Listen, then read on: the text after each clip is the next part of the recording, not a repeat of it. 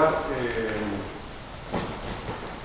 o sea, es como de bien nacido ser agradecido. La presentación que ha hecho Iñaki Bergera mía, reconozco que no me siento yo identificado. O sea, es lo primero que habría que decir, ¿no? No, me siento mucho más cerca ahora mismo, por edad, de esta primera línea, pero me gustaría que lo que contara hoy no vaya a esta primera línea, con lo cual me vais a perdonar si os cuento cosas que sabéis y se da por supuesto en cualquier escuela de arquitectura. O sea, disculpas entonces a la primera línea y parte de la segunda línea, y esto va para la cuarta, quinta, sexta y especialmente para la novena línea, que es fantástico poder hablar de una novena línea según está el mundo de la arquitectura. Bueno, gracias Universidad de Zaragoza, gracias Iñaki Bergera por la invitación. Realmente me siento muy emocionado de estar aquí porque es una escuela con muchos amigos. Y eso, siempre hablar con amigos da pie a que hablemos esto en términos de conversación. O sea, confieso que lo que voy a contar hoy son todo dudas.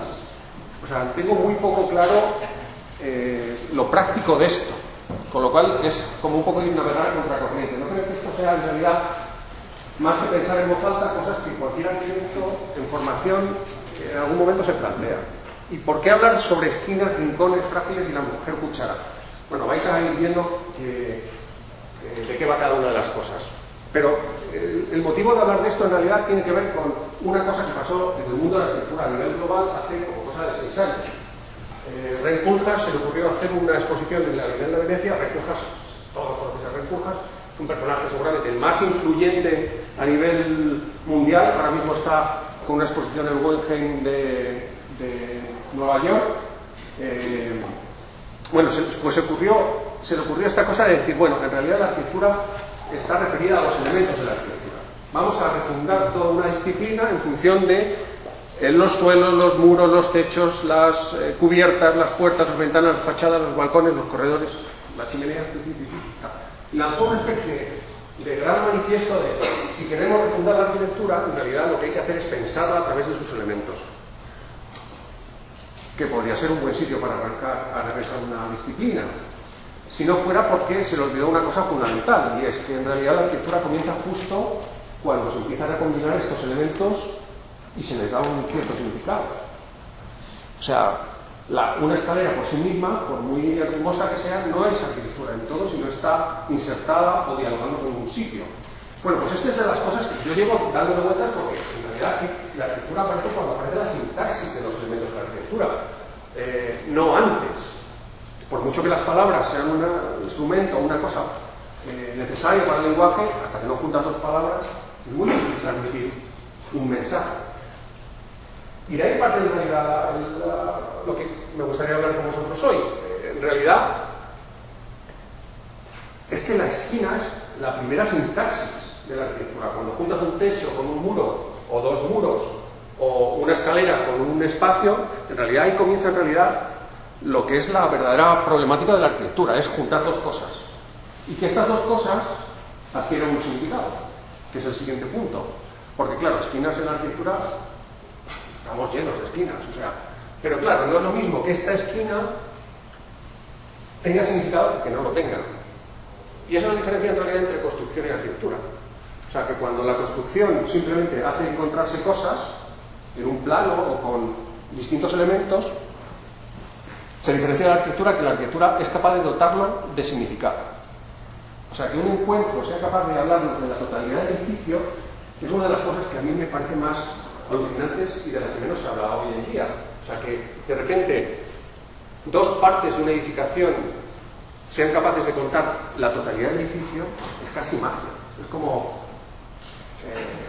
un acto completamente cultural. Sitúa la arquitectura en un momento y en una situación y en un marco completamente distinto de la mera construcción. Bueno, en realidad la palabra esquina es muy interesante porque viene de la palabra esquena o esquina en alemán, que tiene que ver con la espina, con la parte dura sustentante de un esqueleto. Y eso es una de las cosas interesantes, ¿no? Las esquinas son elementos sustentantes, aunque sean, no lo sean estructuralmente. Tienen también que ver con la palabra que viene esa Corner, viene en realidad de la metáfora relacionada con el cuerno. O sea, una esquina y un cuerno están relacionados desde el punto de vista de la fuerza. O sea, la esquina concentra la fuerza en los edificios. Por las esquinas se destruyen los edificios. O sea, una mala esquina se te cae la pirámide por las esquinas, no se te cae por cualquier otro sitio. Creo que esto es una cosa importante a la hora de tener en cuenta lo que ha significado las esquinas en la historia de la arquitectura, que han resultado efectivamente significantes. Alberti dice de las esquinas una cosa interesante. En Red Edificatoria dice: además, los ángulos, puesto que deben ser sumamente resistentes, hay que reforzarlos en todo el edificio con una estructura muy sólida. Y en efecto, si no me equivoco, cualquier ángulo equivale a la mitad del edificio. O sea, dice, la esquina en realidad es tanto como hacer el edificio, ¿no? Puesto que no se produce el deterioro de un solo ángulo sin que conlleve el derrumbamiento de dos flancos. Y si te paras a pensarlo, llegarás a la conclusión de que casi ningún edificio comenzó a venirse abajo por otra razón que no fuera la debilidad de algún ángulo. Así pues, con razón acostumbraron los antiguos a construir los ángulos de más espesor que las paredes y hacer más firmes las alas de los muros que los ángulos de los pórticos columnados. Por consiguiente, la solidez del ángulo se requiere no solo para que soporte el techo, sino que en especial para mantener los muros en su puesto. Luego el ángulo estará constituido por piedras durísimas y de una longitud tal que, como especie de brazos y antebrazos, penetren en la articulación de las paredes unidas. O sea, se monta un lío Alberti hablando de las... No, se monta, es un teórico, claro, pero dice, es que las esquinas son como los brazos del edificio. Lo más alucinante es que Palladio le copia. O sea, Palladio, bueno, todo el mundo copia a Alberti, claro. Dice Palladio, dice, los ángulos, por participar de los lados que deben conservar aplomo y unidos, han de ser firmísimos y componerse de piedras duras y largas para que como brazos, la copia, o sea, está fusilando, los retengan. Y dice luego, y las ventanas se tienen que alejar de la esquina porque como la esquina es el sitio débil. O sea, en realidad, tanto la esquina en la historia de la arquitectura es, no son un elemento significante, sino que también es un elemento especialmente productivo para entender la dialéctica de los problemas de la esquina. Este es el problema típico de la esquina de la arquitectura griega. En realidad la arquitectura griega, cualquier profesor de composición lo sabe, es que tú empiezas a repetir las columnas que están relacionadas con los triglifos y claro, la de la esquina tiene su lío porque se te queda la mitad, se te queda fuera del entablamento.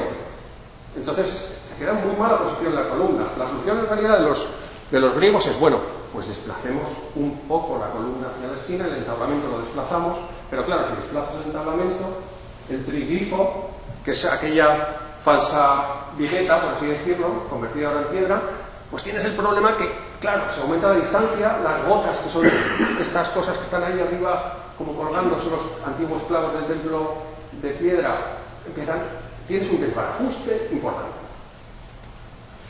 Bueno, pues entonces vamos a hacer un triglifo un poco más gordo. O sea, son todo chapuzas. O sea, chapuzas que cualquier arquitecto de historia de la arquitectura está sufriendo.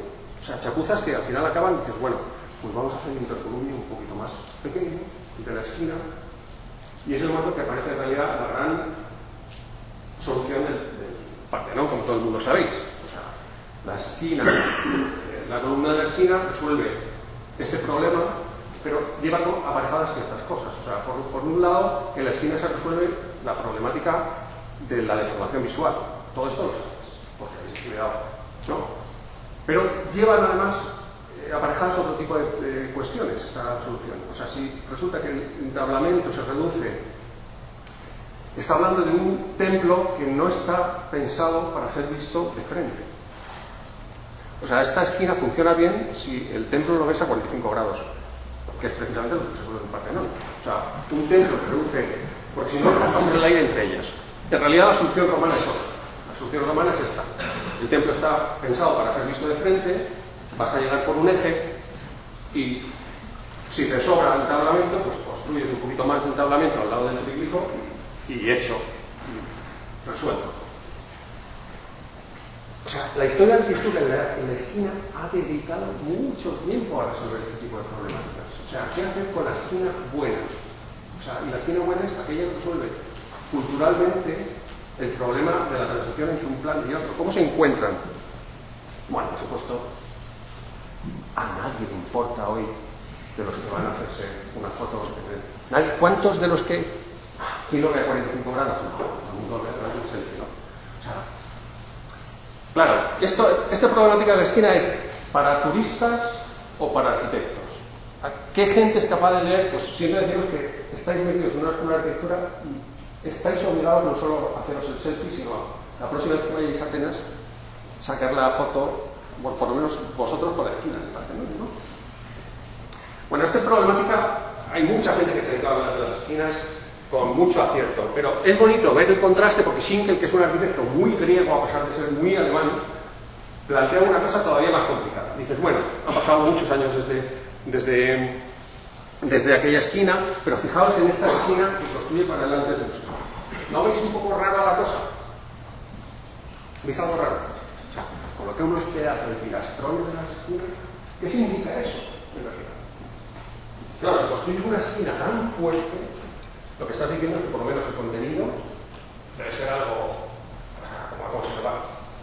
No, en realidad es un museo.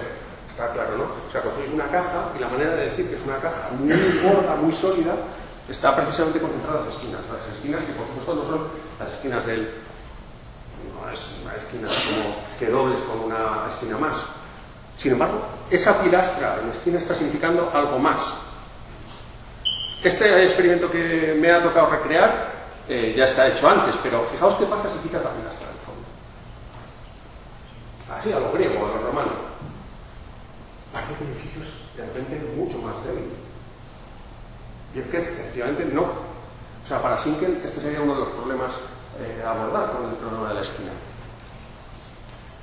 Y que aparece además el problema del orden corintio. Dices, claro, o sea, cuando doblas el ábaco, el de la esquina tienes que hacer como... ¿No? O sea... Está lleno de chapuzas de historia de arquitectura, en realidad. O sea, no penséis que la problemática de las esquinas la llevamos arrastrando desde hace muchos siglos. Claro, hoy, fijaos además que es que esta pilastra es falsa, porque la mitad está como hacia adentro, está recrecida, aumentando la masa de toda la galería. A mí se me ha ocurrido alinearla en estas dos, al lado de fuera y al lado de dentro, la pilastra, sustituyéndola. ¿Veis lo que os digo? ¿Lo entendéis? Una está llevada al extremo y en realidad es como ya destruir la caja completamente. O sea, una sería la solución, la de la izquierda, la solución romana, la otra la solución así griega, por así decirlo, y ninguna de las dos funciona bien. Estás cargando la caja de Schinkel que tan bellamente ha construido. En realidad, el problema este de las esquinas y la dialéctica de si más de forma cerca las entalladuras o la pilastra se viene abajo precisamente con este. And I think the corner window is something we should mention in connection with innovation, and you can judge from what happened by way of the corner window what has happened to many of the innovations. The corner window was indicative of an idea conceived early in my work, that the box was a fascist symbol and the architecture of freedom, democracy, needed something beside the box. So I started out to destroy the box as a building. Well, the corner window came in as all the comprehension that ever was given to that act of the destruction of the box. The light came in where it had never come before. Vision went out, and you had screens instead of walls. Here the walls vanished as walls, and the box vanished as a box. And the corner window went around the world, but the idea of the thing never followed it. And it became merely a window instead of the release of an entire sense of structure. Bueno, ya solo por escuchar a Rick ha merecido la pena que me hayáis dedicado la mañana. O sea, ya, aunque no sea a uno, ya por lo menos el maestro nos ha dicho que de lo que se trata en las esquinas a partir de un momento es de romper la caja. O sea, el movimiento moderno dice, bueno, la historia de la arquitectura hasta ahora está muy preocupada con qué ha pasado con la caja y sus aristas, pero con la ventana en esquina los muros dejan de ser muros porque se convierten en pantallas, y por otro lado, no sé qué tendrá que ver la democracia, porque también le cita por ahí, pero de repente la caja, con el movimiento moderno, se preocupa de las esquinas de una manera completamente distinta. Esta cuestión de qué hacer con una esquina se transforma en algo completamente secundario. En realidad, cuando de repente la estructura portante del edificio se separa del cerramiento, cosa que no habían vivido los griegos ni los romanos ni nadie, aparece un problema nuevo en relación a la esquina, y que es la que justifica toda la carrera de Mies van der Rohe, por ejemplo. O sea, el problema de Mies van der Rohe es, vale, yo voy a hacer un edificio de hormigón, con estructura de hormigón, pero lo voy a recubrir de ladrillo. Pero claro, yo que hablo, Mies van der Rohe sabéis que habla de la sinceridad constructiva, ¿cómo puedo recubrir ese edificio de manera que no se me acuse de ser más falso que los candelabros de mi abuela? ¿Qué puedo hacer para que se reconozca que es de ladrillo pero que tiene una estructura dentro? Y lo que hace es esto, que es una de las esquinas más endiabladas, rocambolescas, raras, sofisticadas y a la vez hermosas de la historia de la arquitectura. Bueno, parece que está haciendo carácter además, ¿no? Es fantástico. Mies van der Rohe es un posturitas. Es fantástico. Bueno, me lo perdonéis la primera fila, pero me entendéis. O sea, son posturitas en el sentido de que está todo el rato haciendo que las cosas parezcan, porque no se puede ser sincero constructivamente, como luego vamos a ver, en los términos que entendía la tectónica de la historia de la arquitectura. En realidad, fijaros que detrás tiene un pilar, bueno, es esto lo que en realidad se está construyendo. Ahí veis el pilarazo de hormigón, bueno, el pilar de estructura metálica recubierto por el pilar de hormigón, y alrededor de esto, toda la dinámica que se organiza para decir, bueno, es que en realidad hay un material que, por supuesto, se dedica a hacer muchos cientos de croquis para llegar a esto. Que, bueno, no puedo colocar ladrillo, o sea, no puedo colocar hormigón debajo, tengo que colocar un material que sea más blando que la propia estructura metálica. Voy a hacerlo de ladrillo. Claro, entonces el ladrillo, ¿cómo coloco el ladrillo? Sabiendo que tiene que ver que, porque una estructura metálica apoya el ladrillo, es más blanda y por tanto no es de verdad. Fijaos la cantidad de vueltas que ha dado la historia de la arquitectura moderna a esta cuestión, claro. Todos estos problemas se ven clarísimamente de nuevo con edificios como los de Mies. O sea, a mí se ve mucho la esquina. O sea, en esta foto a lo mejor no mucho, pero en esta, la lista de la caja, otra chapuza. No, o sea, otra vez otra chapuza con... No os desesperéis porque esto de las chapuzas en las esquinas todavía es peor en otra situación que vamos a ver más adelante. Bueno, digo chapuza porque a mí es con esta esquina del edificio Sidra me pusieron a caer un burro. Toda la profesión. Todo el mundo decía, pero bueno, don Mies, ¿cómo es posible que teniendo una estructura de hormigón recubierta, que recubre un pilar metálico, ya, porque por incendios una torre no lo puedes hacer, sino luego coloque usted como unos perfiles de bronce en el exterior de falsos pilares? Se montó un buen escándalo. En realidad, Mies con esta esquina lo que estaba intentando era modular la fachada, resolver un problema de otro orden. Pero claro, estas son todas las esquinas de todos los edificios de Mies en América, de las torres. Una colección de siempre la misma esquina. Bueno, siempre no. La primera, en realidad, significa cosas muy distintas de las anteriores. O sea, cada vez que haces una esquina y haces una variación, las variaciones de todas las esquinas previas empiezan a pasan a formar parte de citas a las esquinas anteriores. O sea, el mundo de las esquinas funciona así. O sea, una esquina cita a la anterior y se vuelve una especie de firma de Mies van der Rohe. Además de ser un problema de esquinas. O sea, con cada esquina de Mies van der Rohe se cita a las esquinas anteriores, pero a la vez se cita a la manera de Mies de resolver las esquinas anteriores. O sea, fijaos la cantidad de líos que se produce simplemente por un tipo que se pasa años dedicados a 2 centímetros de materia puesta en su sitio. Bueno, pues a esto estamos en realidad llamados todos, como profesionales, ¿no? Este es el gran lío, o el gran reto que tenemos. Claro, Mies van der Rohe se pasa la vida persiguiendo cómo quitar líos a esa esquina. O sea, y fijaos, la casa de 50 pies acaba diciendo, bueno, es que en realidad es la casa de vidrio, pero en la vista se concentra, o sea, ¿cómo puedo romper la caja? El sueño de Mies es este que nos había adelantado en realidad Ray. Cómo romper la caja, cómo disolver la caja monta auténticos líos. Esta es la obra que no llega a ver acabada, y es en la que en realidad se condensa todas las aspiraciones de Mies como arquitecto. Cómo hacer que una esquina no tenga que estar ocultando el perfil, sino a base de quitar. Esta es la construcción de la Galería Nacional de Berlín, una obra archiconocida, pero que en un momento, porque en realidad el problema de Mies es que no estaban inventadas siliconas. Claro, ¿cómo consigues encontrar la materia sin un perfil? Eso Mies no lo llegó a ver vivo, salvo en este momento. O sea, ¿cómo coger una esquina de arquitectura y que de repente no tenga nada? Esto ya es como el sumum de las esquinas, ¿no? O sea, una esquina que no tiene esquina, pero que a la vez significa todas las esquinas anteriores, a la vez significa la firma de Mies, a la vez significa la historia de la disolución de la caja. Bueno, claro, cuando haces un invento se populariza y te la pueden utilizar para publicidades como los Beatles, claro. O sea, si haces una buena música, te la pueden poner en los anuncios de lo que quieras. O sea, para vender Gucci, para vender collares, para sacarte, bueno, Instagram. La esquina de la casa del Londres es, en realidad, es la esquina de popular, ¿no? O sea, cuando es como eso, el invento, cualquier invento en realidad se populariza muy fácilmente. Hasta el Megan Box te puedes poner así en la esquina, claro, pero claro, tienes un problema con las esquinas que no tienen nada. Y es que de repente te das cuenta que con las historias de las esquinas se nos ha ocultado una gran historia que está detrás de las esquinas. Es que detrás de cada esquina hay un rincón.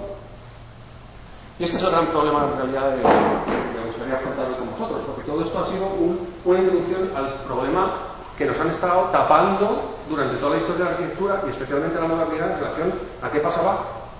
En español tenemos una cosa bonita y es que distinguimos en corner, los ingleses corner es dentro y fuera, pero los españoles tenemos esquina y rincón.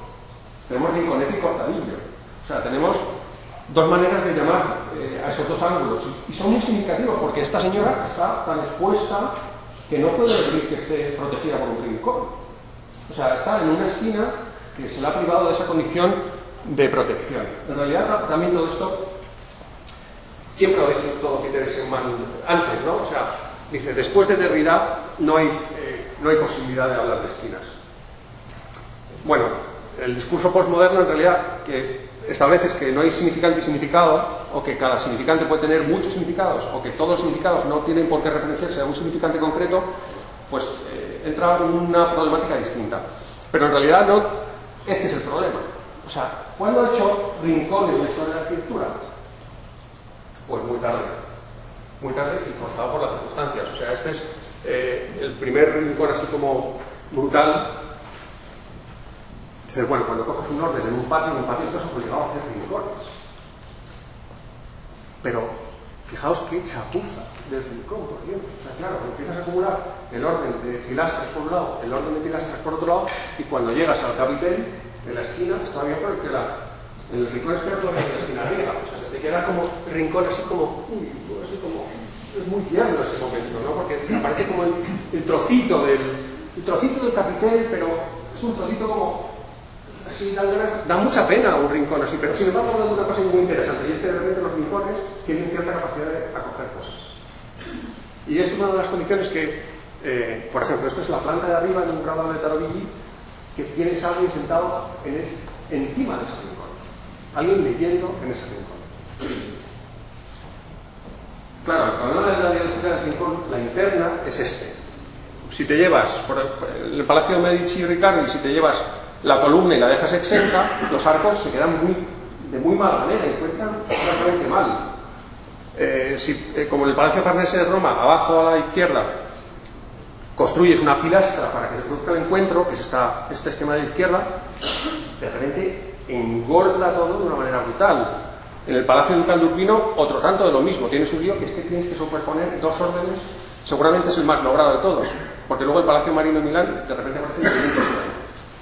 Si os fijáis, ni Miguel Ángel es capaz de resolver en la Biblioteca Laurenciana más o menos dignamente los encuentros en los rincones. O sea, tiene un lío, o sea, sea, algo de temperatura, o sea, algo pasa en los rincones a nivel psicológico y a nivel formal que son capaces de condensar mucha energía. O sea, las cosas en los rincones se funden. O sea, hay una temperatura de edificio distinta. A mí, por supuesto, le pasa cuando se vienen con los dos planos en el rincón, le pasa otro tanto de lo mismo. Esta solución de la izquierda, en realidad, fijaos, es como el capitelcito de Bramante. O sea, asoma el filetito del perfil de ridículo. En realidad, de los rincones, la arquitectura moderna se ha preocupado más bien, digamos que poco. Estoy dispuesto a discutirlo después, lo que venga después. Pero el arte ha sabido más o menos cuál era la problemática del rincón en determinados momentos.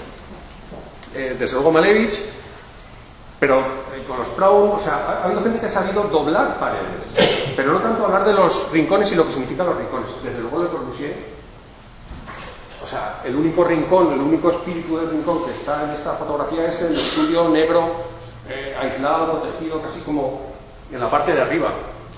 Pero desde luego, a mí Van der Rohe, los rincones me importaban nada. O sea, ¿cuántos rincones tiene el pabellón de Barcelona? ¿Os habéis preguntado alguna vez? O sea, ahí estás todavía. O sea, en esta obra, Mies Van der Rohe revienta la caja, ¿no? Por eso pasa la historia, este pabellón. Pero ¿cuántos rincones tiene? Tiene algunas cuantas. Pero rincones. Mira, rincones tiene este de aquí, que no puedes acceder a él porque está con agua, o sea, no te puedes proteger en ese rincón. Esos dos ahí, uno con una estatua, que ahora vamos a ver, y el otro también inaccesible porque tiene agua, y una especie de 4 rincones dentro de la sala que en realidad tampoco son rincones porque son de vidrio. O sea, no te vas a llorar si te deja una novia al lado de un vidrio transparente, ¿no? Bueno, pues esto es más o menos lo que hace. Este es el rincón, el único rincón habitado y al cual no te puedes acercar es este. Y está ocupado por esta señora que no es que esté precisamente cómoda, o sea, no te puedes acercar a ella y no solo no es un verdadero rincón, sino que encima refleja todo el rato. O sea, no tiene ese carácter en realidad psicológico que tienen que tener todos los rincones y a los que estamos acostumbrados. Los rincones están muy maltratados. O sea, de los rincones nos ocupamos los arquitectos y eso es una de las cosas que a mí más me inquieta. Y es, ¿quién se ocupa de los rincones? O sea, los niños están castigados al rincón. Bueno, no, se les manda a pensar al rincón. ¿Qué culpa tiene el rincón de tener tan mala fama? Como si de repente en los rincones fueras... Es un castigo, porque no lo dicen así abiertamente los padres. O sea, vete a castigado el rincón. Ya no es... Con esto lo que quiero decir es que, sin embargo, los niños, enseguida digo los niños porque son especialmente sagaces para encontrar rincones buenos, como los gatos. En los rincones, de repente, encuentras una relación contigo mismo. Bueno, hay un paisaje del rincón. O sea, los rincones tienen sus propias pelusas. La moneda que no encontrabas o el trozo de juguete que perdiste hace 2 años. También tienes una relación con la pared en la que ves los poros. Si no tienes papel pintado, pero tienes gotelé. O sea, te aproximas al rincón de una manera completamente distinta desde el punto de vista psicológico. Y esta es una de las cosas que no sé por qué los arquitectos nos hemos dedicado a diseñar todo el rato esquinas, ya, porque no es que sea más cool, es que se concentra mucho más significación desde el punto de vista de la historia de la arquitectura. Pero sin embargo, en todos los rincones, nuestra relación, o sea, nuestro cuerpo se funciona de una manera distinta que con las esquinas. Esta es la imagen que tenemos de IKEA. Paciencia, parece que no tiene que ver, pero sí tiene que ver. No todo el mundo, si os preguntan ¿qué es IKEA? Pues un sitio de cabrearte con tu pareja. Bueno, sí. De comprar muebles, vale, sí, segundo también. Pero ¿cómo está hecho el laberinto de IKEA? Aparentemente, el laberinto de IKEA está hecho... El plano de situación de IKEA es esto. Lo más alucinante es que seguramente nadie como IKEA ha dedicado tanto tiempo en ver cuál es el funcionamiento real de los rincones. Porque la gente en IKEA se maneja en estos términos. Es un laberinto, pero no es un laberinto hecho con paredes, que es lo más alucinante. Es un laberinto hecho con rincones. O sea, tú vas con la masa de compradores y de repente hay un sitio que genera cierto magnetismo, te asomas a ese rincón y en realidad te venden en el rincón casi todo. O sea, el rincón es el espacio de venta, es el espacio más sofisticado que tienen que para acercarte a los sitios. O sea, el rincón tiene una especie de magnetismo que la historia de la pintura ha dejado que se ocuparan otras profesiones de acaparar, ¿no? Esta es la arquitectura moderna. Busca rincones ahí para llorar eso. O sea, hay que ser muy lúcido, y pongo este ejemplo porque es que Arne Jacobsen se enfrentó a este problema de los rincones. En la arquitectura moderna se tenía que enfrentar a ellos. ¿Qué hacen en un hall de un hotel? Si quieres fabricar un rincón, porque claro, la planta libre, una planta despejada de muebles y de situaciones, tienes que esperar a alguien. ¿Dónde esperas? En un hall que no tiene en realidad ningún espacio disponible para guardarte en un rincón. Pues Jacobsen se inventa este sillón, que es un rincón.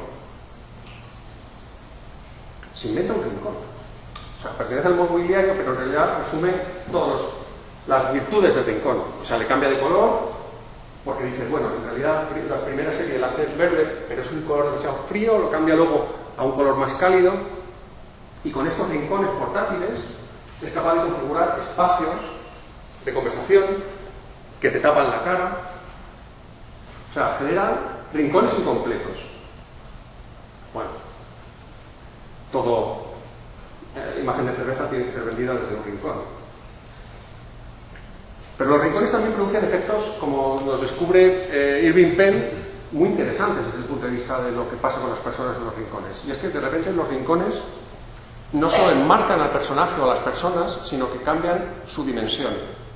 O sea, Marcel Duchamp, que es una especie de gran monstruo incontenible, cuando lo colocas en un rincón, deja de ser esa superfigura, como por ejemplo Walter Gropius igual. O sea, si colocas a Gropius en un rincón, ya no es el superfundador de la Bauhaus, ya no es el super arquitecto, sino que es el señor Walter, ¿no? O sea, y esto pasa por el rincón. Miquel Milà dice una cosa increíble, dice: yo descubrí que cuando la chimenea DAE la colocas en mitad de un salón, es enorme, pero si te la llevas a un rincón, cambia de tamaño. A mí esto es uno de los descubrimientos más alucinantes, porque que un rincón, no por la posición, sino el rincón jibariza las cosas, las personas, cambia el tamaño real de las cosas. Y es donde viene aquí la explicación misteriosa del título de la mujer cuchara. Bueno, la cuchara, esta es una escultura que hace Giacometti en el año 27, hace un molde primero de yeso, y tiene una altura como más o menos, bueno, unos 40 y tantos. Lo alucinante, o lo que me parece significativo en relación a los rincones, es que Giacometti de repente entiende que el rincón está incluido en la persona. O sea, lo cual es bastante liberador para los arquitectos. O sea, no tenemos la obligación de generarlos nosotros, porque ya se va a cuidar muy mucho cada uno de los habitantes de buscar sus rincones. En realidad los rincones pertenecen al mundo de las personas. Este cuadro de Edward Hopper es una mujer no arrinconada, pero sin rincón. Sobre todo si lo comparamos con esta mujer, esta otra mujer que sí tiene un rincón. Increíblemente ha construido su rincón. ¿Cómo lo ha conseguido en realidad? ¿Qué pasa entre estos dos cuadros? Para que una no esté amenazada y la otra sí. Pues algo muy parecido también a lo que pasa en el cuadro de Antonio de Messina. Parece que el rincón de Antonio de Messina es el estudiolo. Este mueble, gran mueble. En general, siempre se ha hablado en la historia de la arquitectura de este mueble como uno de los espacios fundadores. Os vais a hartar de verlo muchas veces en la carrera. Pero yo creo, sinceramente, que el verdadero rincón es este. Y es cuando quitas el estudiolo y aparece un rincón que está formado por el libro abierto. De repente es un micro rincón que se genera entre los brazos del que lee y el que lee. Un micro rincón que tiene que ver con el tamaño periódico. O sea, estamos rodeados de este tipo de espacios que son en realidad portátiles, que tienen que ver con esta mujer cuchara, o tienen que ver con las gafas de sol. O sea, son aislamientos parciales, incompletos, son rincones. Hoy tenemos nuevos rincones. sea, cuando alguien está en el metro o está en el autobús mirando su pantalla del teléfono, está completamente arrinconado. Que es una cualidad puramente arquitectónica. ¿Por qué no nos ocupamos los arquitectos de esto? O cuando alguien se coloca unos auriculares, en realidad está de nuevo en un rincón portátil. En realidad, ahora mismo somos portadores de rincones, los llevamos con nosotros, estamos en un rinconismo portátil o nómada, en el que la arquitectura no sé si debería, por lo menos, reflexionar. Ese es el rincón, así como, ¿no? Parece que estoy hablando de este rincón. No, o sea, tú lo que nos quieres decir es que tenemos que hacer sillones orejeros, al lado de ventanas, cerca del radiador, para aquí, como Thomas Mann, estar plácidamente, ya, pero esto también es un discurso de la arquitectura nada productivo. O sea, ¿qué sacas de un rincón así? Me gusta más esta otra imagen. Vale, somos arquitectos, vamos a darle la vuelta al rincón. Efectivamente, no tengo mejor solución que la del muro mural, y es, vamos a darle vueltas al rincón como profesionales, porque no solo otras disciplinas se están ocupando de él, sino que a lo mejor somos capaces de enfocarle el problema de una manera distinta. No tengo más solución a día de hoy para el tema del rincón. Lo único que se me ocurre es, ya que somos número suficiente, inaugurar un movimiento rinconista. O sea, no tengo ideas que montaros, pero os animo a apuntaros. Por ahora el grupo de los rinconistas está informado por un solo miembro, pero os invito a que os apuntéis. O sea, lo primero, el fantasma recorre Europa, el fantasma del rinconismo. El rincón es el comienzo de toda sociedad cohesionada y su núcleo radiante. Sí lo creo. O sea, creo que a través del rincón que puede organizar, o sea, porque tenemos rincones somos capaces de ser seres sociales. Nosotros queremos cantar el amor a los rincones, el hábito de la soledad y la concentración. Si no tuviéramos rincones no podríamos estudiar, no podríamos concentrarnos. La palabra concentración tiene mucho que ver con los rincones. Afirmamos que el esplendor del mundo se ha enriquecido con una belleza nueva, el rincón nómada. Perdonadme el lenguaje, pero es que he tenido que coger el manifiesto futurista, venía apurado, no se me ha ocurrido. Protegeremos y veneraremos los rincones a quienes los llevan consigo y los cultivan, porque son los auténticos héroes de la oscuridad cotidiana y de la arquitectura del futuro. Bueno, me he venido arriba. Cantamos a Oteiza, al modo avión. Oh, gran rincón, me encanta el modo avión. A los niños escondidos bajo una manta, a San Andrea del Quirinale, al señor orejero, a las gafas de sol, a las personas que dan abrazos y a la pieza del Campidómetro. Queremos alabar al ser humano que tiene un rincón cuyo ángulo recoge la Tierra entera y la proyecta al universo.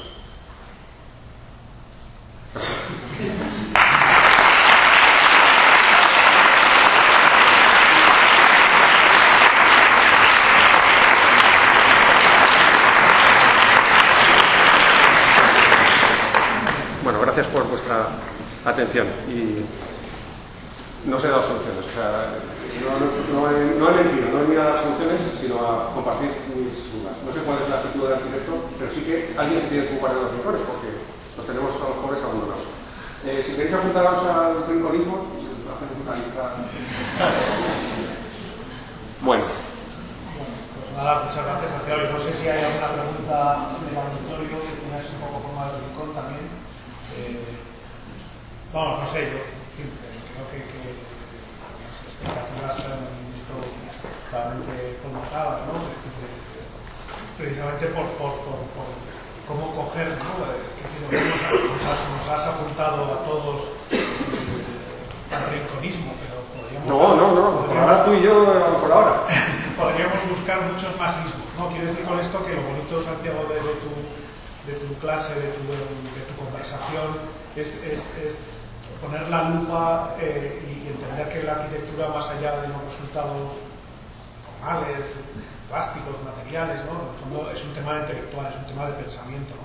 Yo creo que tu labor, Santiago, es una labor que invita, que nos hace pensar a todos, ¿no? Casi diariamente, ¿no? Es como una especie de pequeñas lecturas, pequeñas píldoras, insisto, que nos ayudan a pensar, ¿no? Y a profundizar, a darnos cuenta, en definitiva, de la cantidad de preguntas que como arquitectos nos tenemos que hacer para conseguir cualquier solución, ¿no? para llegar a solucionar, ¿no? Pues, igual que sea una esquina, como en este caso, o tantas otras circunstancias, ¿no? Que concurren en el ejercicio proyectual, en la arquitectura, en fin, ¿no?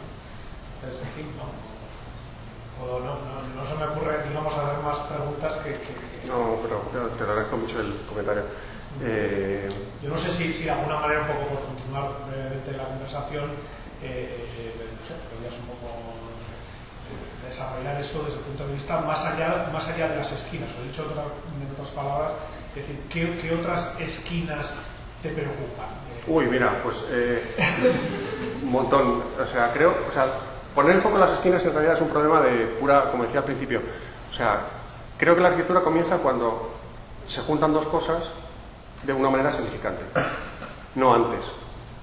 Y las esquinas son una excusa en realidad para poner sobre la mesa que en realidad el problema que tenemos como arquitectos es dotar de significado a cómo colocamos las cosas.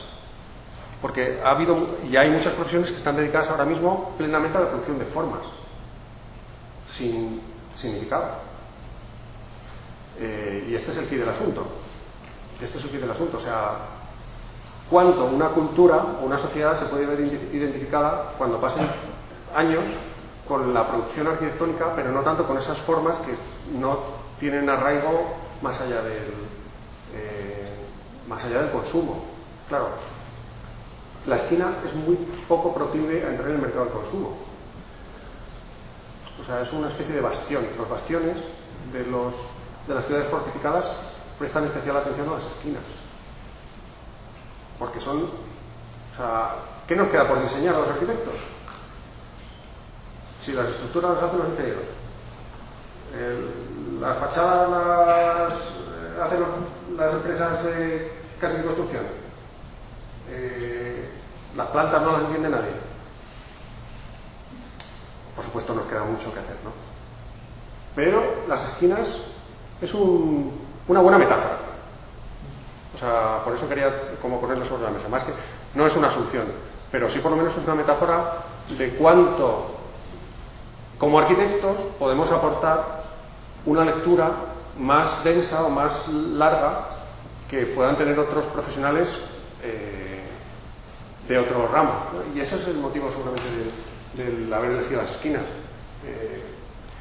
También hablar de las esquinas griegas era porque en realidad cuesta mucho conectar en una escuela de arquitectura cuando uno es estudiante lo que te cuentan en composición o en historia o en urbanismo o en no sé qué con la complejidad disciplinar que tiene la profesión del arquitecto, que en realidad es integradora. O sea, yo me doy como un canto a los dientes si alguno ha dicho, anda, ya la clase de composición ya me explicaron esto de las esquinas, pero sé que tiene más rollo o puedo encontrarle otra arquitectura. Yo con eso ya... Y las esquinas, estamos conviviendo todo el día con ellas. O sea, no vais a poder coger las tarjetas de visitas y gastarlas en las esquinas. O sea, los Moleskine deben su fama no a la goma, sino que las esquinas están redondeadas y las puedes meter en el bolsillo muchas veces y no te comes la libreta. O sea, estamos rodeados de sitios de desgaste. Lo que pasa es que los arquitectos somos capaces de, en una esquina, leer, y es banda esta esquina. ¿Eso es un valor en la sociedad? Esa es la gran pregunta. O sea, ¿se entiende eso como un valor? ¿Nos va a dar de comer saber de esquina? Yo creo que un poco pensaba también, si la esquina, tal como lo planteabas, podría ser el origen de la arquitectura. Yo creo que más que eso es el origen de la necesidad del arquitecto. Bueno. Es el planteamiento inicial de entender una imagen, una fachada, un plano, dos dimensiones y transformarlo, ¿no? Es el esfuerzo intelectual de pensar ese espacio en una dimensionalidad que no es una representación plana, una representación como trabajamos, ¿no? Es la necesidad de aplicar el intelecto para desarrollar planos. Es más ese principio, ¿no? Creo que es la metáfora de lo que tú estás intentando transmitir, ¿no? Ese abandono y ese trabajo fácil, o bien en dos dimensiones, en planta o en alzado exclusivamente, o bien a través de la modelización, a través de programas sofisticados que ya dan ese salto, ¿no? Es una metáfora muy sugerente, como todas tus propuestas, ¿no?, para hacernos pensar sobre qué somos, ¿no?, y qué estamos haciendo en la arquitectura. Correcto. O sea, me siento muy identificado con esto que estás diciendo, porque, claro, un programa, o sea, el BIM resuelve esquinas, tiene un comando que dices, este muro con este muro, júntalos. Pero claro, no es lo mismo un junta palabras que un escritor. No es lo mismo un junta cosas que un arquitecto. O sea, claro, hay que elegir también.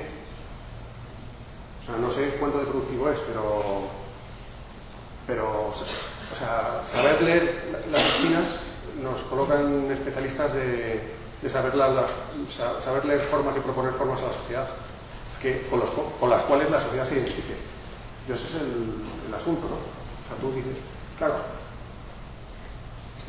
yo creo que este es el quid del asunto, ¿no? O sea, ¿cuál es el papel en realidad del arquitecto cuando o sea, ¿queremos resolver esquinas o queremos resolver significados para la sociedad? O sea, que la sociedad se identifique con las obras que producimos. Bueno, muchas gracias a todos por vuestra paciencia y no haber tirado tomates. Y muchas gracias otra vez por la invitación, por la Universidad de Zaragoza. Mucha suerte con el futuro, os vigilaré muy de cerca vuestras esquinas. Si queréis apuntaros al rinconismo, a la salida tomo nota.